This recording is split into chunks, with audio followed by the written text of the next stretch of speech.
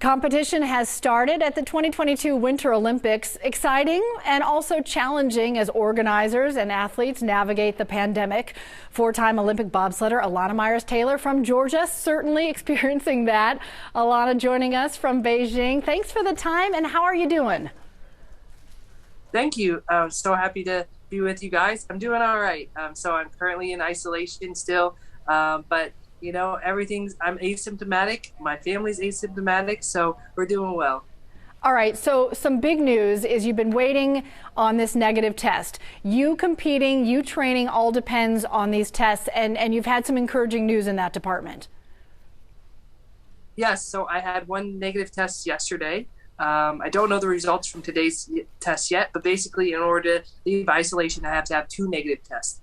So even though I had a negative test yesterday, it's still not for certain because we've seen people have a negative test and then have a positive test and back and forth, but it doesn't mean the levels of the virus are lower in my body, so we're getting closer. So it's really encouraging news. That is great news. I mean, trending in the right direction. We'll just cross our fingers for that next test. So you've been in isolation a couple of days now. Take us through a day in the life in that small little room there. Yeah, so I get up in the morning. We usually have drop-offs a couple times a day. They drop off our meals, usually around 9, and then again around 12:30, and then also around like 6:30, 7 o'clock. Those are our meal times. They'll drop off food to us. We also have checks of our vitals in the morning around that meal time and in the evening as well. They're just checking to make sure we're healthy. We do our PCR testing once a day, and then other than that, it's really just me trying to fill the time. I've got my workouts. Fortunately, the last couple of days, I've been able to engage with some of my fans and do some different social media things and different media things as well. So that's taken up a lot of time. And then I usually just FaceTime with Nick or with Nico and my dad. All right, I really want to talk to you more about Nico. So Nico is turning 2 at the end of the month. He travels the world with you. He has his whole life, and your husband Nick as well. Your dad's there, but you've never physically not been able to be with Nico. For a little guy like that, just to have mom on FaceTime is hard. Yeah, you know, I think before this, I've only been away from him one night, and that was actually to go over his abuelo and nona's house. So it's pretty difficult right now to be away from him. And I think that's the hardest part of this whole ordeal. Yes, going to the Olympics and not being able to fully participate is difficult, but you know, being away from your kid, I'm sure any parent could appreciate how difficult it is, especially when they get a diagnosis such as COVID. But he's handling it like a champ. He had the first negative test out of all of us, so he's doing really well. And you know, for him, it's just another day. He's just hanging with his abuelo and getting a lot of quality time. I FaceTime as much as he can, and you know, he's still kicking and shaking, laughing up a storm. One of the sweetest little guys I've ever met. I can't say enough about Team Taylor. I mean, you guys have been through a lot. You face a lot, juggling. You know, you love to call it the family circus and all those things.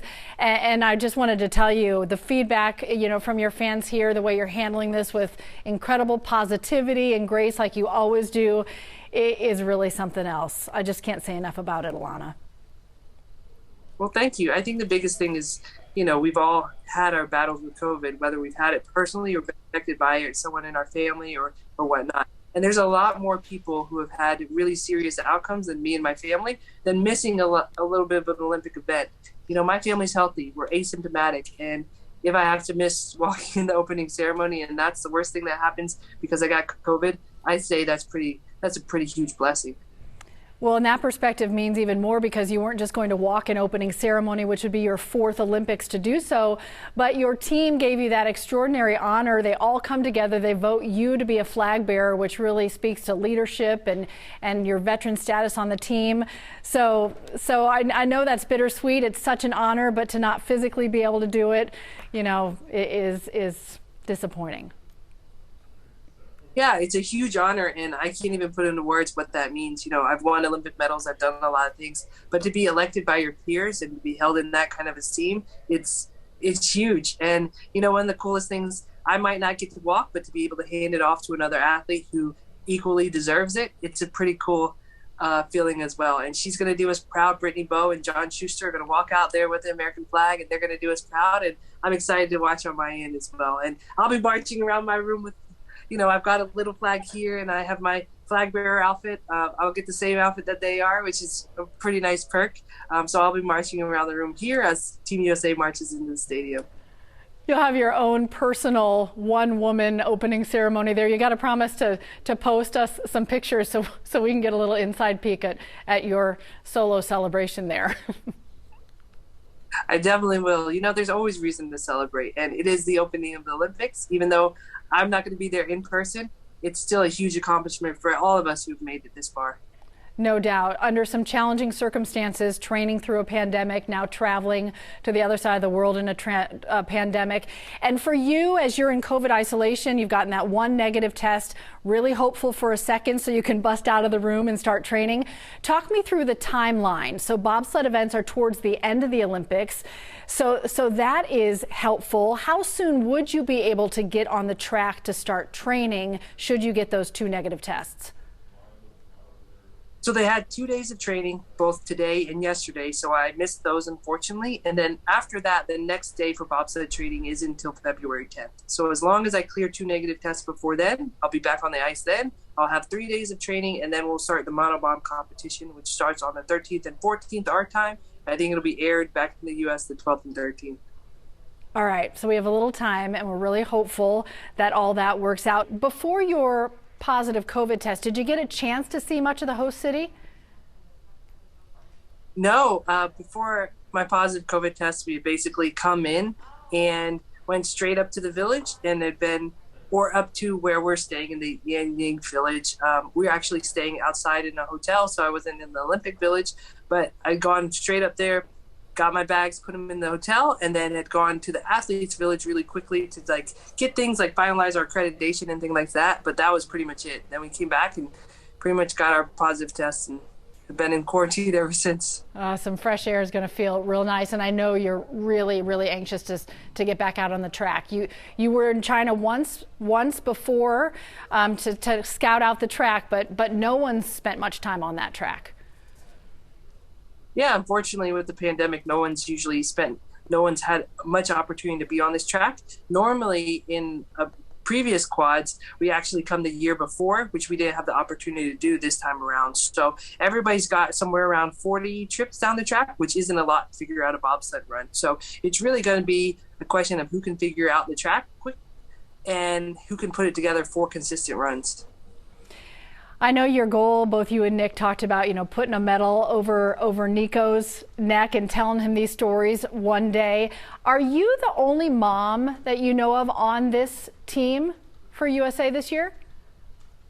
There are actually 2 moms on Team USA this year, me and a curler, and that's the only 2 that I know of. Internationally, I know there's a couple more, but I believe I'm the only one who has a son traveling with her, and I think I might be one of the ones with the younger kids. So yeah, you've mastered the pack and plays and the packing for a whole family all over the world, which is inspiring. We're getting a lot of messages here in Metro Atlanta from people about that. They've really loved learning more about your story. Is there anything you'd want to say to people here in Georgia who have loved cheering you on? Now this will be for the 4th Olympics. I would just like to thank them for all the support and all the encouragement. And I just want to really emphasize how much Atlanta is really home and how much support and encouragement you've shown my entire family over the past 2 years. Atlanta is home, and to be a part of the city now even more because of my son, to be transversing across Children's Healthcare of Atlanta, Atlanta Speech School, all these different places, and to meet so many different families now because I have a young son, has just been incredible. So thank you for being the great city you are, and thank you for all the support and encouragement of my entire family. All right, well, we're really excited to follow your journey from here. Keep us posted on that hopeful second negative test very soon. What is your greatest hope for the days ahead, Elana? My greatest hope for the days ahead is just to be reunited with my family. I love competing at the Olympics, and I want to do that more than most things, but I want to just see my family again more than anything. No doubt. And one other quick question. It's kind of exciting that monobob is on the docket this time too. Yeah, monobob is an incredible opportunity to now have 2 medal events at the Olympics. And monobob is a crazy sport. It's going to be a really great race, and I'm excited to see what's going to happen. I just want to get in the race and give myself an opportunity. I've had a really great monobob season, which is just me pushing and driving the sled. So I'm really excited to get out on the ice and see what I can do. All right, best of luck. Best of luck. We're sending you all the positivity from Georgia your way, and excited to watch you from here. Thanks for the time, Elana. Thank you so much. I appreciate it. Take care.